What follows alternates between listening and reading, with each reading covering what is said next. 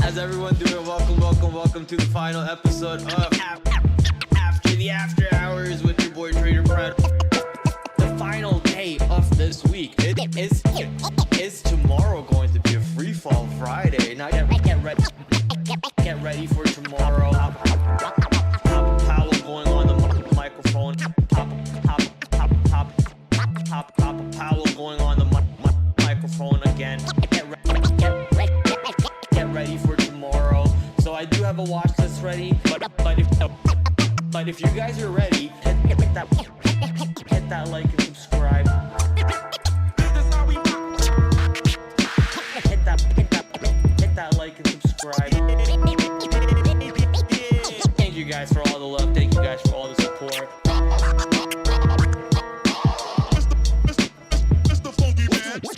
This is your boy TraderPrad. TraderPrad.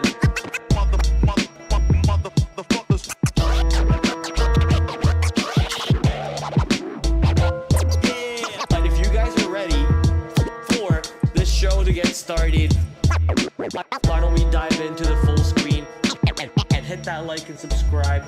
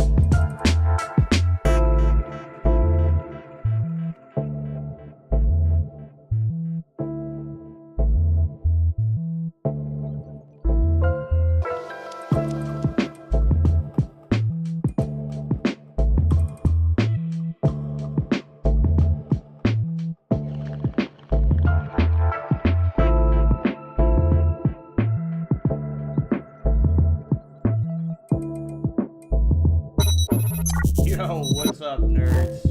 The trading nerds. Is that what we're gonna call ourselves now? We're gonna call ourselves the trading nerds, like the UFC fighting nerds. Have you guys heard of the fighting nerds before? Also, my camera seems to be a little low, or maybe a little too high, because I did prop up the screen a little bit. Oh well, it doesn't matter. How are we doing, chat? Guess who's back? We got Dieter in the house again. What's up, Dieter? Good to see you back home. Good to see you in the house again. How was your trip? I heard the aliens did a little something to your behind, so hopefully you're all fine on that side, my friend. Hopefully you didn't get probed by the aliens like the SEC was supposed to probe SMCI, but everything at the end of the day was okay, all good to go. But no, all jokes aside, welcome back, Dieter. Good to see you back in the chat, in the trading markets again, and I can't wait to bug you late at night about all of our coding, trading view, Pine script coding experiences that we go through with AI. So yeah, man, let's go. Tons of stuff to talk about too in terms of market. So let's talk about that. Today market kind of had a slow start. 480, 481 was a very important area on the QQQ. 566 I think was very important on the S&P 500. Either we trade above that or we started trading below that. So off the open market did look like it was going to trade above it, but then later it started trading below it, but didn't really look extremely bearish below it either. So it just kind of stuck in a box, stuck in a range, and then later on in the day, market just kind of said, that's it, enough is enough. We're going to kickstart the move to the upside, and you got a nice little momentum to the point where St. Patrick's Day, happy St. Patrick's Day to everyone who celebrates. St. Patrick's Day ended up giving you a good little green day on the market. So everyone's now wondering, is this a dead cat's bounce? Is this the bottom of the of the bear market? Is the recession over? Are we now going to kickstart the bull market? So a lot of questions are being thrown around, and only time will tell, right? We can't really predict the future. Only time will tell. But you know, being a day trader, the advantage we have is tons of stocks moving around if the market goes back up, and if market goes back down, tons of stuff moves around in that aspect too, where we can take advantage of. As long as the market doesn't do what it did today off the open, where it just kind of just chop sideways. However, that did give you a good trade on Tesla and also Nvidia. I think it gave you a good enough of a short on Nvidia. However, neither of those stocks I traded today. Let's go to the screen and show you guys my trades on the day. Started off the day with, I mean, nothing really changed. Same shit, different day when it comes to your boy TraderPrad, sadly. Which is starting off my day with a pretty bad trade. Was looking for, you know, a firm to kind of set up for a clean opening range breakdown, but ideally you want to see the stock, you know, go a little back and forth before the breakdown.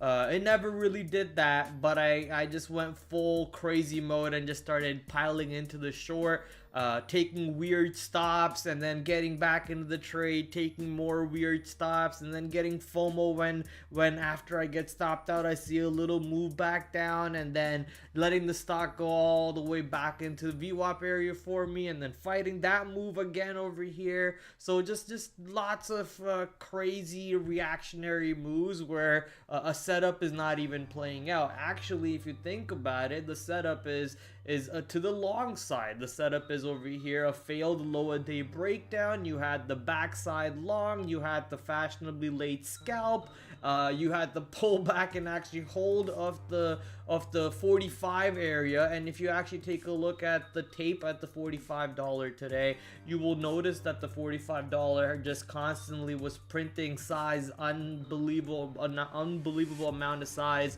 was going into the $45 area and not being able to get above it. That's called an iceberg order. So not being able to get above the iceberg order, it eventually pushes the stock right back into VWAP, but they're still holding it there. So the buyers come back in, push the stock above it, and you can see how explosive that move was. Sadly, I had already exhausted myself on the name because of my nonsense trades over here, and then my little baby attempts over here. These didn't really tire me from the name as much as this did. So things like this, when you kind of shoot yourself in the foot, you really stop yourself from getting into a better trade. You know to not take that breakdown, and you know what, even if you do take that breakdown, it's not an A+ setup, so don't pile into it the way you do. I'm talking to myself when I say this, right? Don't pile into the trade over there. Take a C level size.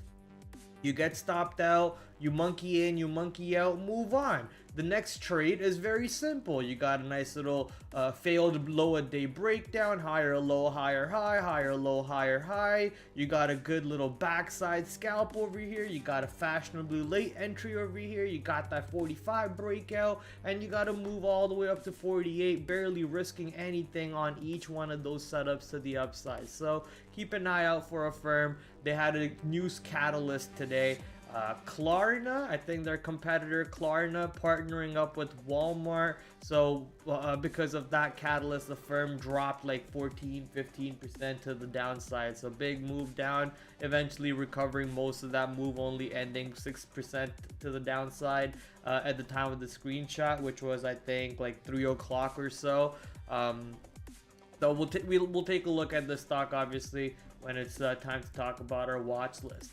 Next name, QBTS. This one, you know, started red on this name too, yes, but the size on this name was not really relevant, so it didn't really matter that I started red on this name. Took a little shot attempt in a short attempt, a shot at the short is what I was trying to say, on the stock into VWAP. That had a pop, so I added because my stop wasn't too far high. I was like, you know what, I don't really have size. If I add to it, if I lose, it really doesn't matter. That type of mentality, if you ever actually get into that, if I do it, it doesn't matter, 90% of the time the stock is not gonna work out. Just close the trade and move on instead of adding to it. So I had that type of reaction to it, and I just added to the trade. So screw it, fuck it, I'll just add to it. And it didn't work out, took the loss. Tiny shares, didn't matter. This one, as the stock got back under VWAP, I think it was like 1070, 1080 actually. I remember 1080. The stock was constantly bouncing off of 1080 multiple times, so I took the 1080 breakdown. I did get an instant flush down, but that instant flush got matched with a buy right away, and then the next drop kind of held higher, so I just got out for that trade break even, or for a little bit of a loss.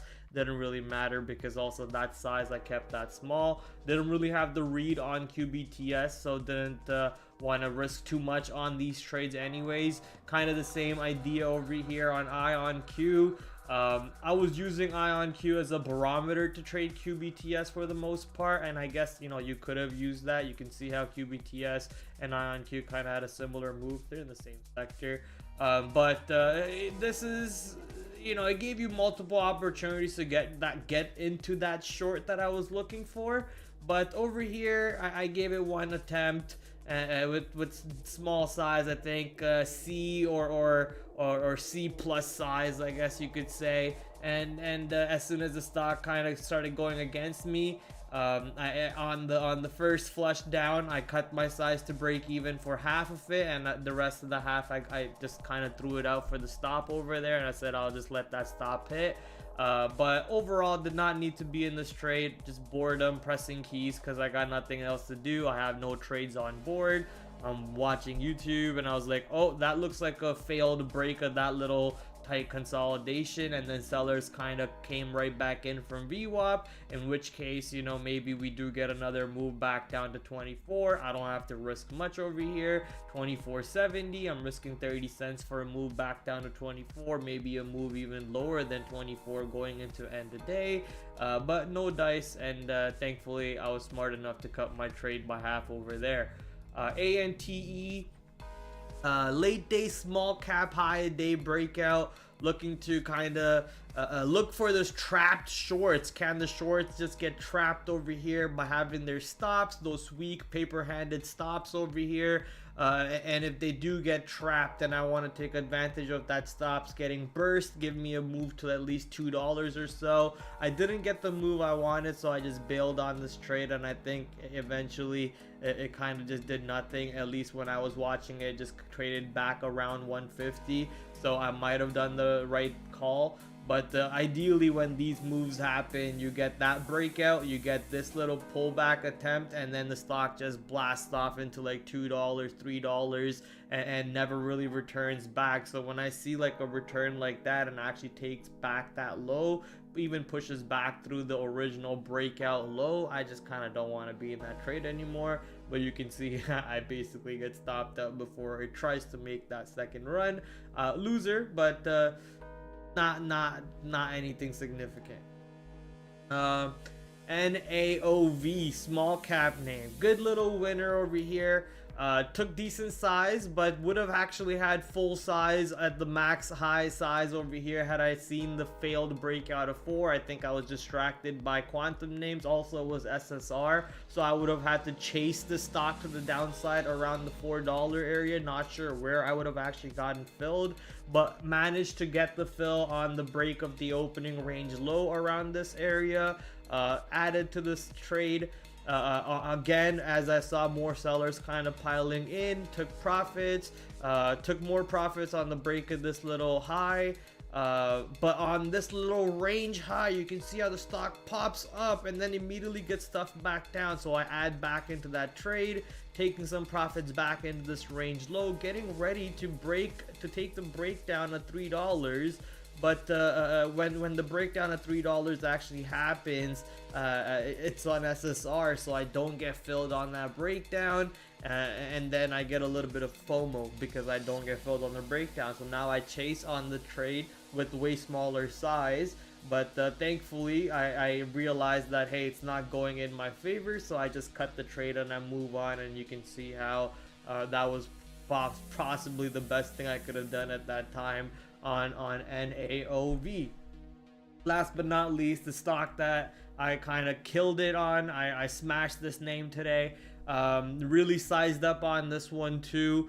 All the signs were there. FXI, which is a large cap ETF, taking out a good day high, the daily high. BABA also going above a daily high of 145 and actually holding above 145 on pullbacks.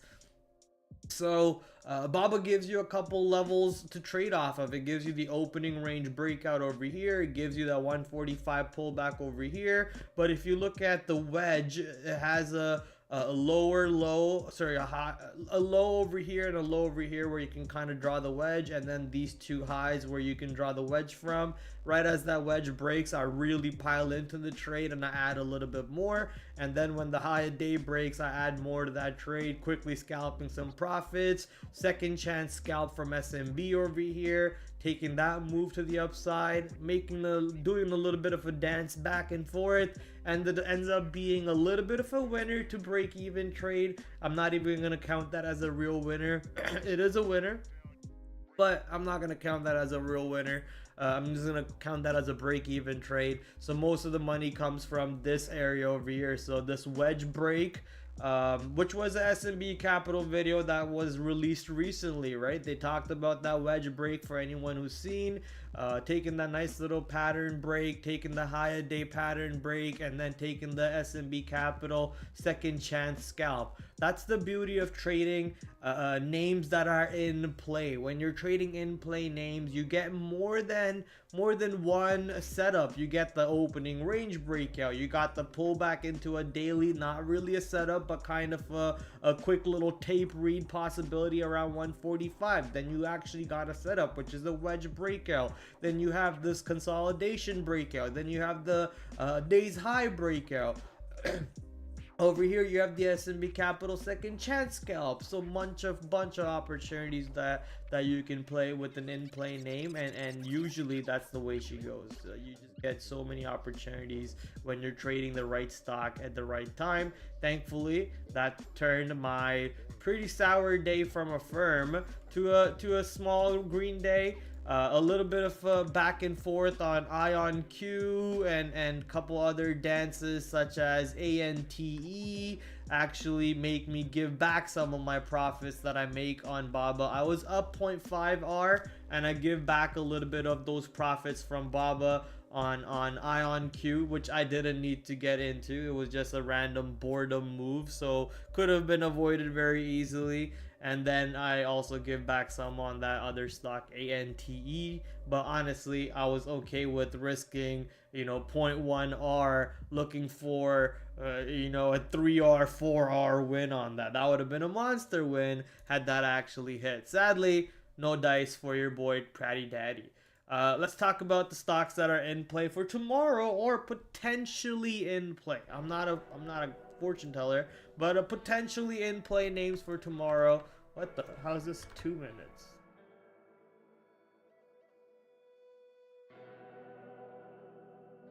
Five minutes. Okay. Now start.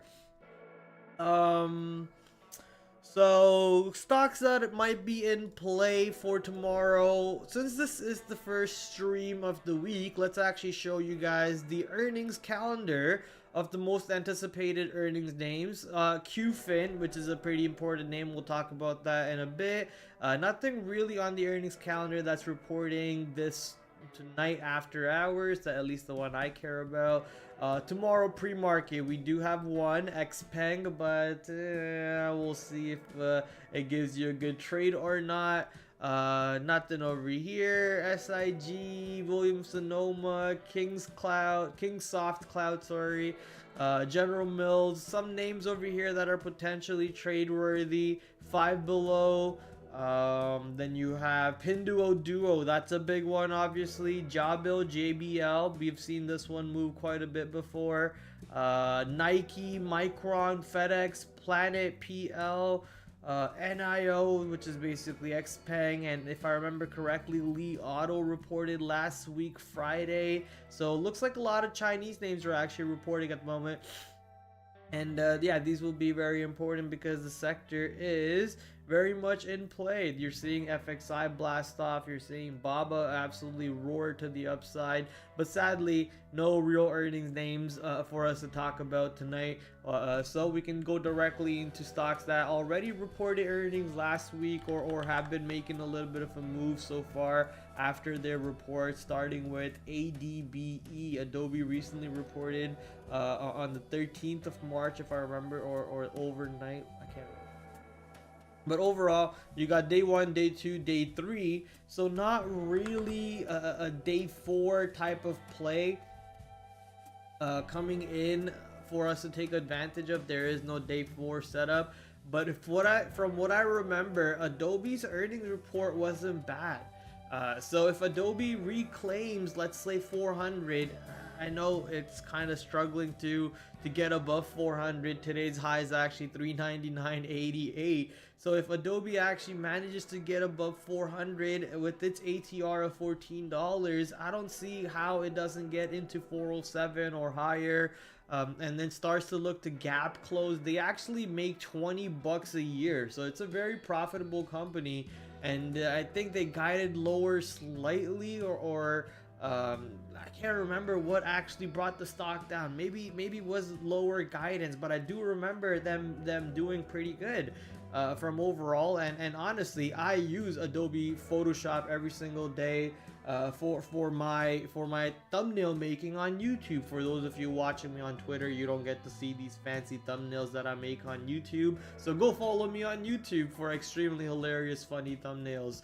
But you know, coming back to the stock, I was pretty surprised with the drop down on the name, so this recovery makes 100% sense to me.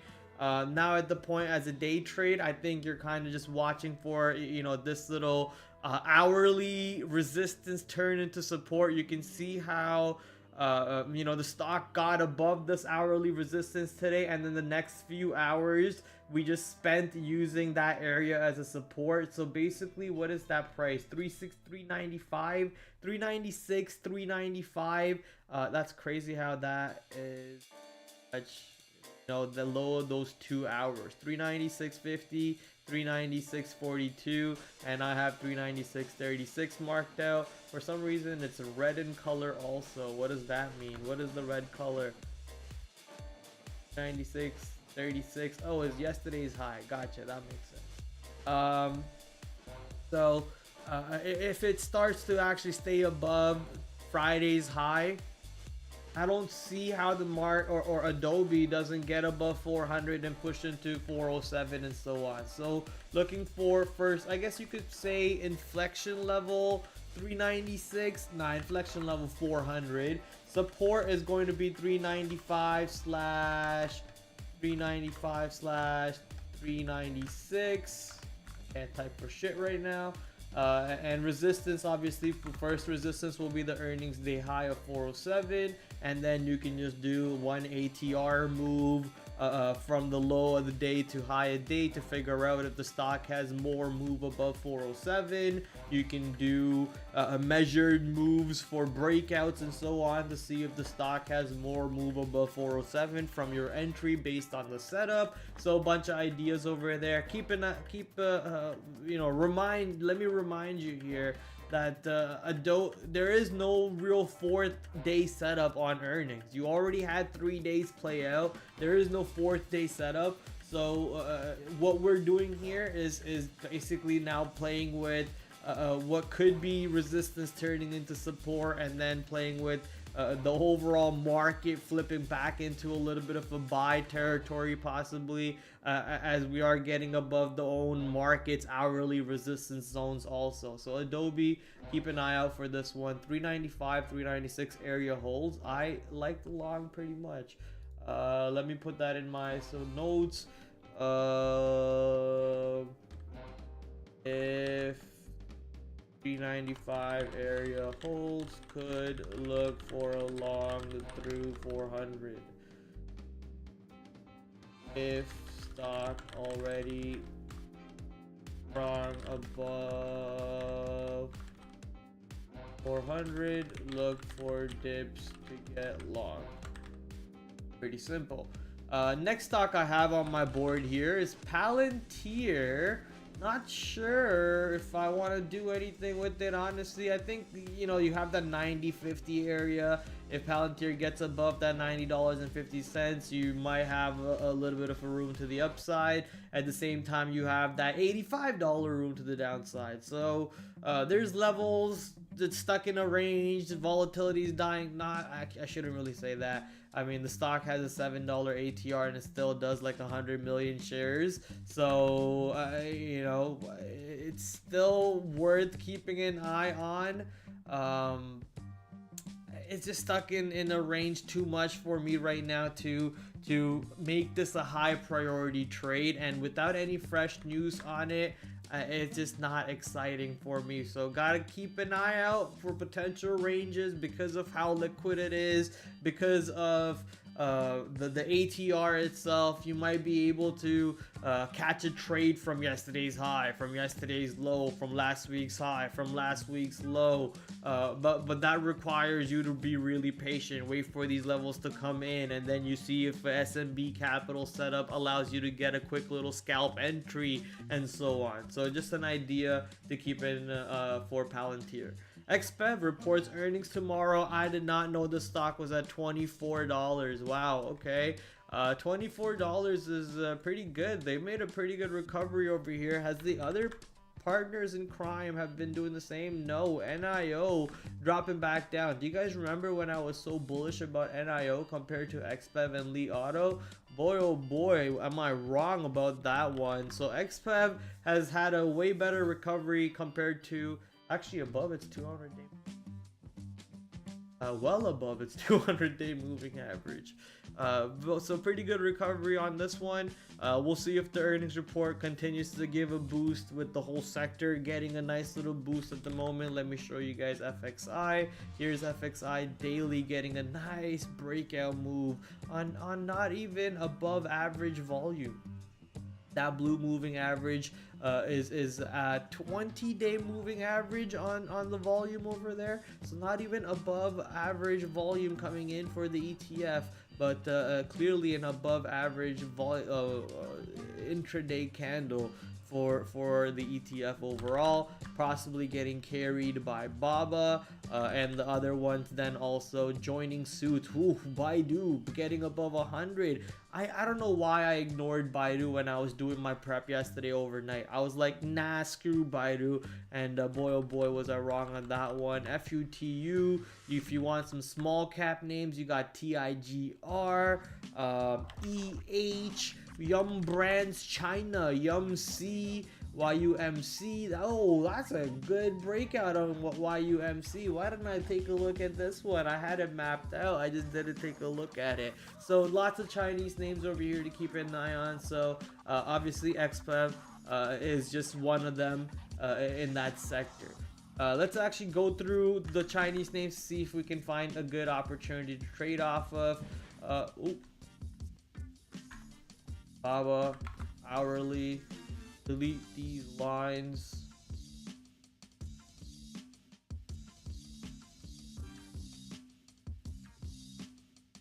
Pretty surprising. So you have that and then you have that. Okay. Let me go back to this chart. Let me go to the hourly. Delete these stupid lines that I have drawn.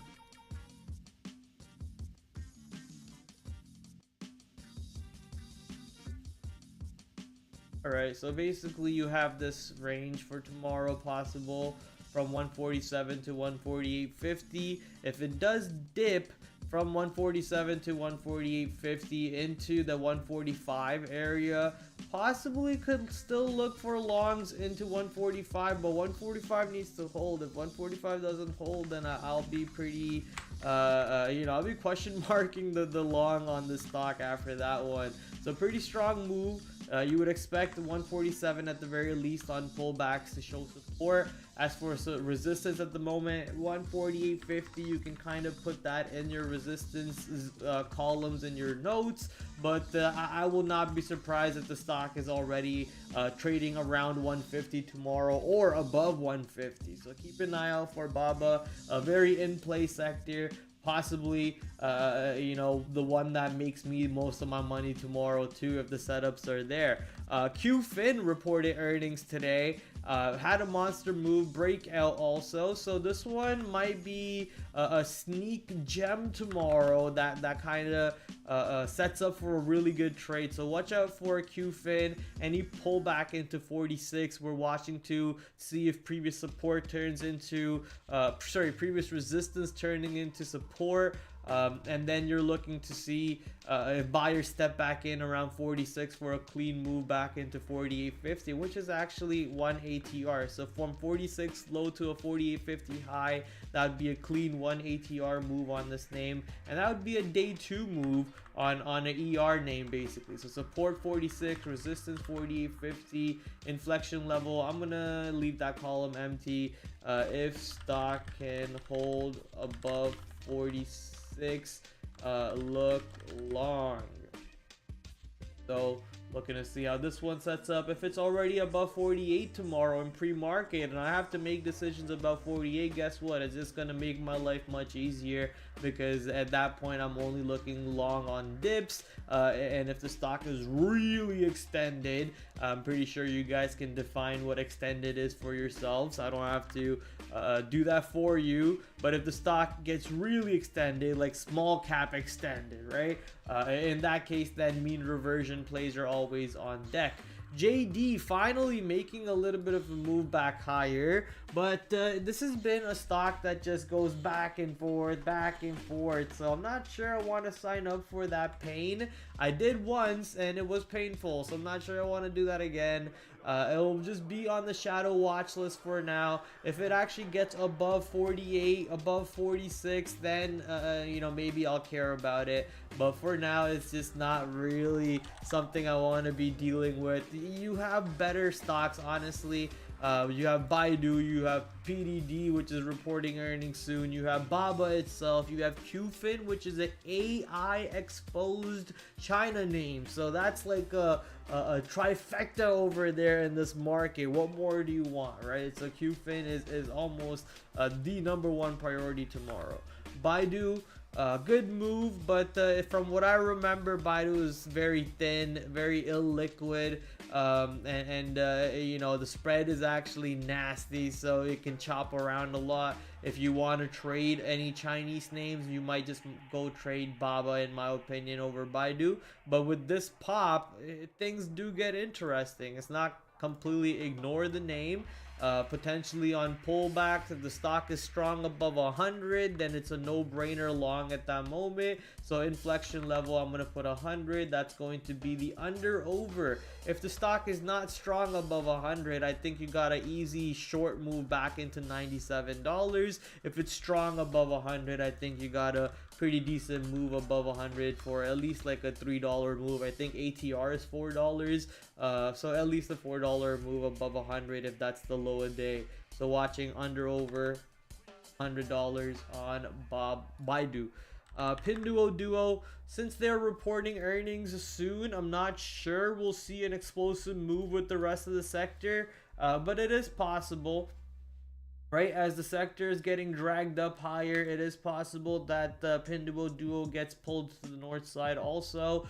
Just getting back above the 200-day moving average. The recent highs over here above 130. It's basically 131 and then 133.33. I like that number. 133.33 and then 131. So if Pinduoduo can get above this area before earnings and start playing with this area as a support, that's kind of bullish for the earnings report. And then you see if earnings report gives you a move up to 155 or higher and so on. So overnight Chinese news seems to be bullish also. I remember seeing Short Bear posting a bunch of really bullish catalysts from China, or at least they look bullish. I didn't really read them, so you know, don't quote me.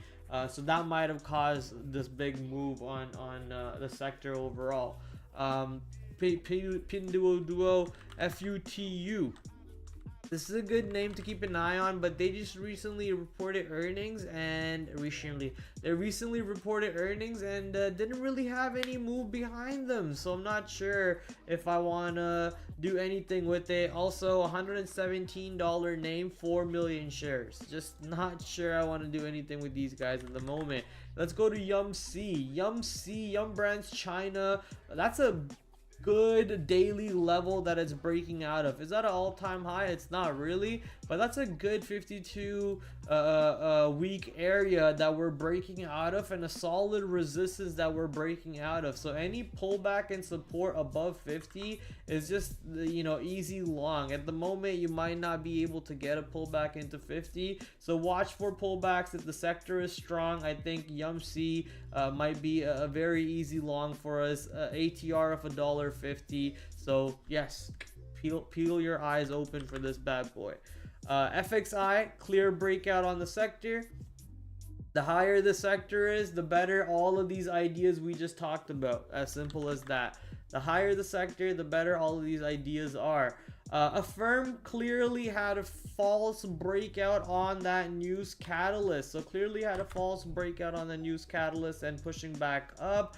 At this point, you are possibly looking for, you know, dip longs again into this area. So if stock goes back into 45, which is today's VWAP, and shows you support off of that tomorrow, I think you get another quick long opportunity. Because, and if the buyer from today is active, they most likely will be active again right off of today's VWAP. So I'm going to put that area as inflection. As if the stock can go back down there, I am interested in the long. Actually, look at how it pulled higher into the close itself. So nice little bounce higher. Let's turn back on extended hours to see if anything happened in the, nope, nothing happened in the after hours. Okay, so Affirm pull back 45. Let's see if you can see a long or not. Clear orange. If 45 holds on, pull back off the open, look long. All right. Intel.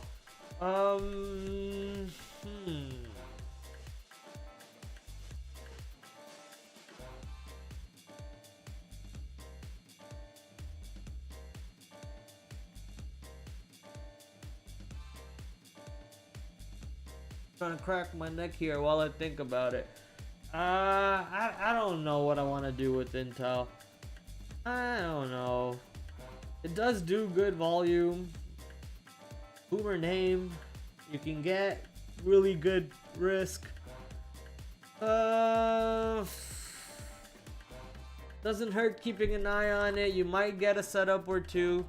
Like, you know, for example, right here, if you just draw that trend line real quick, go to a lower time frame, it'll be a little bit cleaner.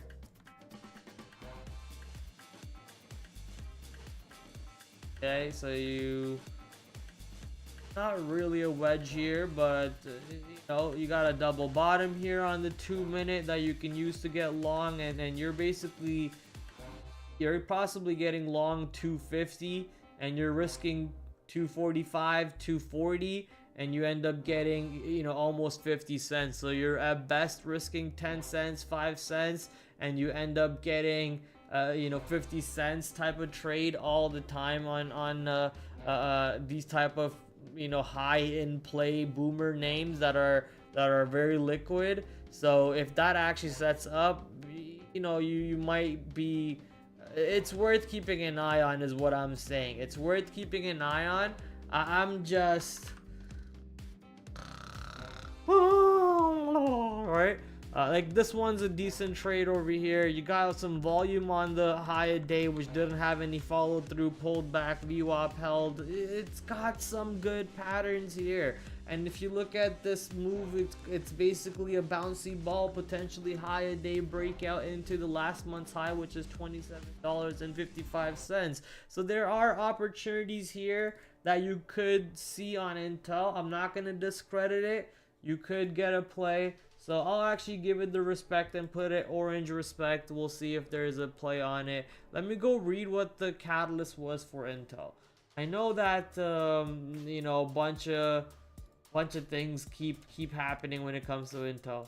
A new CEO plans to overhaul the company's chip design and manufacturing business, and also seeks to restart AI efforts and examine further cuts to reduce balance sheet burdens. Okay, not gonna happen. Good luck to you, my friend. But market likes it. You know, well, who am I? Who am I to say? It doesn't matter. Market likes it, so we got a pop on Intel, and now waiting to see if there's a trade on it tomorrow. Oh, tired. I'm tired, chat. CRVO, the stock is going absolutely nuts. Going bonkers at the moment. Pushing into the 200-day moving average, pushing into previous ranges. So obviously in play, keeping an eye on this one. Shorts are trapped. Let's go take a quick look at what the short float is on CRVO. Overall float 5 million, or is it 8 million?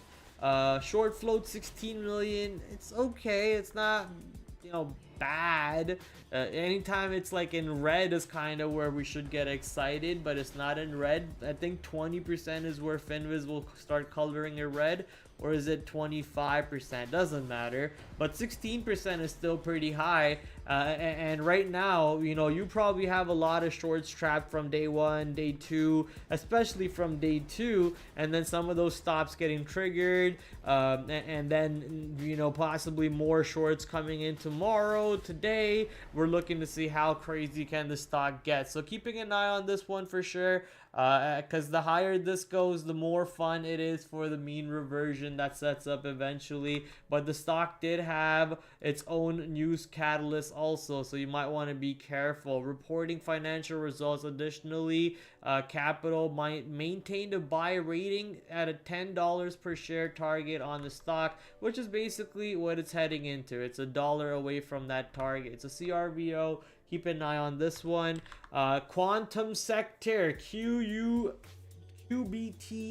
or you can even go to QUBT, ARQQ. Yes, ARQQ. Ooh, nice pop on ARQQ here. LAES. No. LAES. There we go. No volume at all. A little bit of a pop. But you got a bunch of names that you can keep an eye on for the quantum names. Very in play at the moment. So will be fun to see how these sets up. I think the conference. When is the NVIDIA conference? NVIDIA.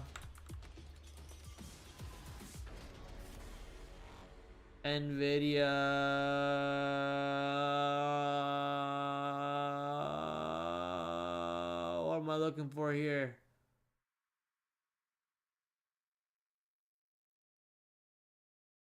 NVIDIA Quantum.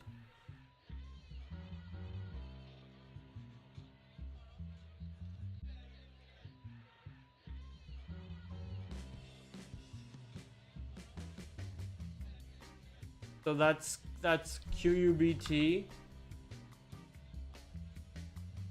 Yeah, that's QBTS. I don't think that's Microsoft. That's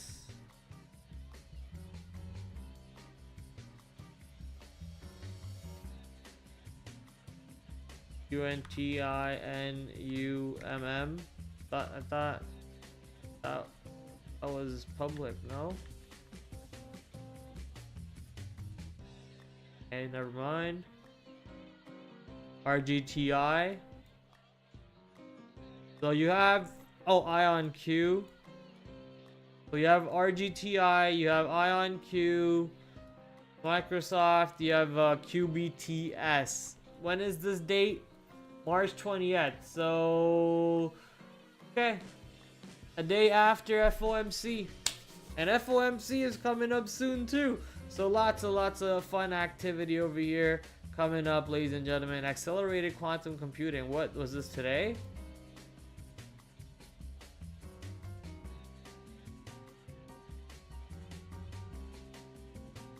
tomorrow. Person. Live stream. These are not live streams. These are just in person. Anyways, we'll be very interested to see how the conference sets up, because Nvidia's CEO was the one who kind of shit on the quantum companies first, and then now he's hosting a conference for them. So we'll be very interested to see how the stocks set up going into those events. So keep an eye on them, obviously.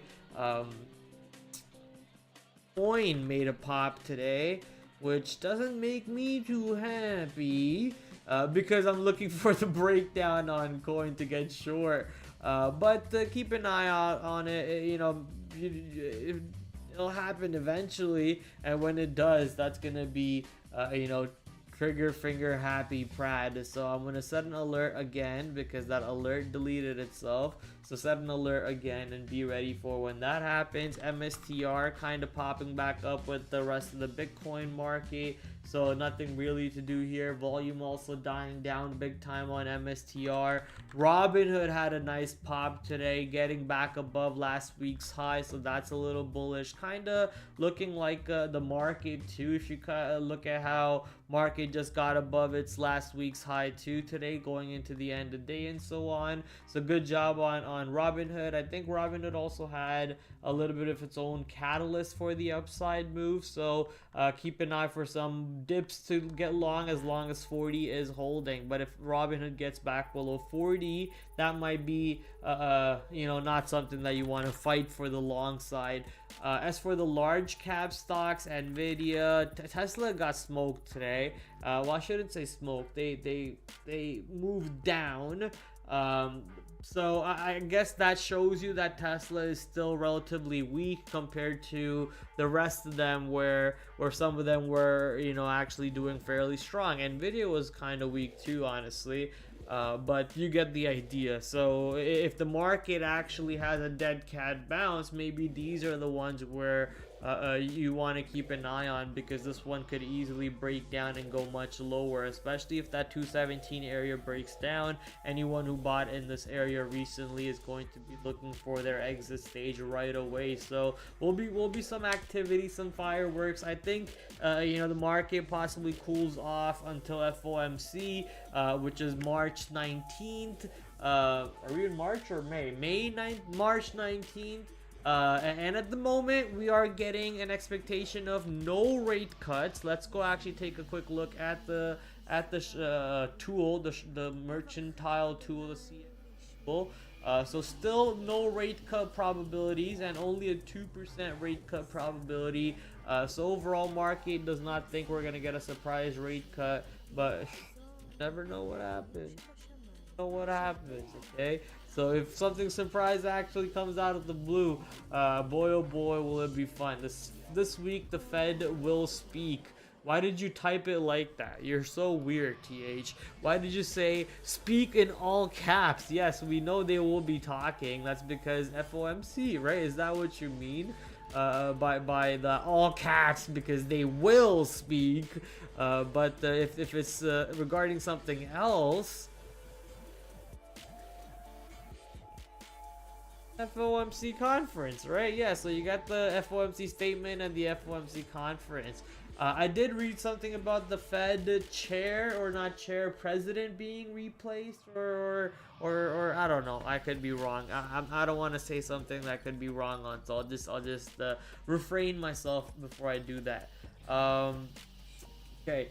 Coming back to the watch list, the large cap stocks, Tesla is a little bit cleaner. There's much better ranges on Tesla than Nvidia to play off of. Amazon also is one of the few stocks that has a cleaner range, and especially if Amazon gets below 190, that means clearly the market's getting smoked, and you know, that gets me excited to short all of these stocks again. So Amazon, keeping an eye on that one, and especially if Amazon gets back above 200, that's also very exciting, because then Amazon gives you a very clean long. At the moment, market is trying to get back higher, so if that's the case, Amazon Amazon should start making its trek back above 200. So setting an alert over there. Meta, I haven't really taken a look at you. How have you been doing? Volume dying down and you kind of cooling down your jets, I guess. Not bad. Microsoft, I don't really day trade Microsoft or Google, so I don't want to give any advice on either of these names because I don't really trade them. Oh, but that is a pretty solid breakdown that I might be interested in to short if it does go through there. So Google 161, keep an eye on that one. Let's just go to the market, kind of show you guys what I'm talking about on the market. If you go to the hourly chart, turn off the extended market, this is the important zone for me. So staying above this zone tomorrow, which is basically 480, 481, as long as the QQQ stays above 480 to 481 tomorrow, I think looking long is the only direction that we should be thinking. But if it's not holding above 480, 481 and pulling back down, then there are some shorts on the market that you can go around and slap, potentially Tesla, Amazon, Google, because the market is pulling back. And then if we get back below these areas and really start pushing back into last week low territories, that's a lot of bearish sentiment again bleeding back into the market after having some sort of a relief pop over here, in my opinion. So tomorrow, going into Wednesday, very question mark type of days into FOMC. So potentially market does nothing, right? Market does zilch going into FOMC, but what it does off of FOMC will be the decider, the nail in the coffin, or grandma wakes up out of the coffin and she's still alive. Woohoo, we don't have to bury her anymore. So we'll see what happens. When I say grandma, I'm talking about all these boomer stocks, these Apples, Googles, Microsofts, Nvidias, Teslas, and so on, the Magnificent Seven. So all the boomers either relieve themselves or they continue dying. I want to quickly go take a look at some of the other boomers, such as Walmart, Home Depot. How are these guys doing at the moment? Are they on life support, or I mean, they're still holding on? Walmart holding on at the moment, still on life support.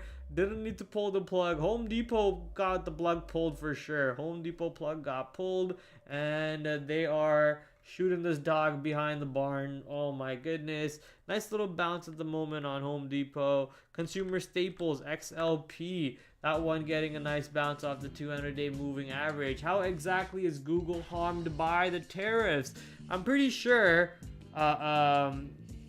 you know, everything gets harmed by the tariffs, man. Advertisements, potentially. I'm not sure if it works that way, but you know, any company trying to advertise on Google has to now pay the government more. I don't know if it works that way. Google also sells products. They sell products, and they get these products made in China. For example, my phone. I'm guessing my phone is made in China.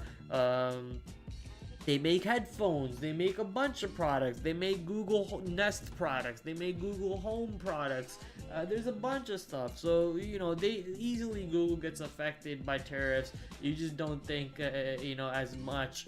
If you ask my opinion, YouTube potentially is a big component of like tariffs if it comes down to that, because how many countries that YouTube gets used on and actually use payment processing through YouTube, right?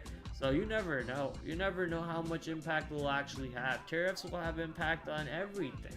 But right now, it's been an absolute bullshit story of tariffs. It's just been, I'm gonna warn you of tariffs, and then I'll pull back on it. Then I'll scare you with tariffs here, then I'll pull back on it. Then I'll scare you with tariffs here, and then I'll pull back on it. It's just been a nonsense. Back and forth, back and forth, back and forth. YouTube is free, yes, but I'm saying payments go through YouTube. A ton of payments all around the world go through YouTube.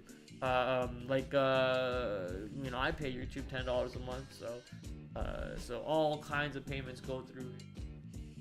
Anyways, I'm going to call it over here because most of the main stocks I want to be ready for tomorrow. I've already talked about is basically the Chinese stocks, some of the quantum names, and some of the large cap names. It's also time for me to get downstairs and eat some food. I'm hungry, chat. I'm starving.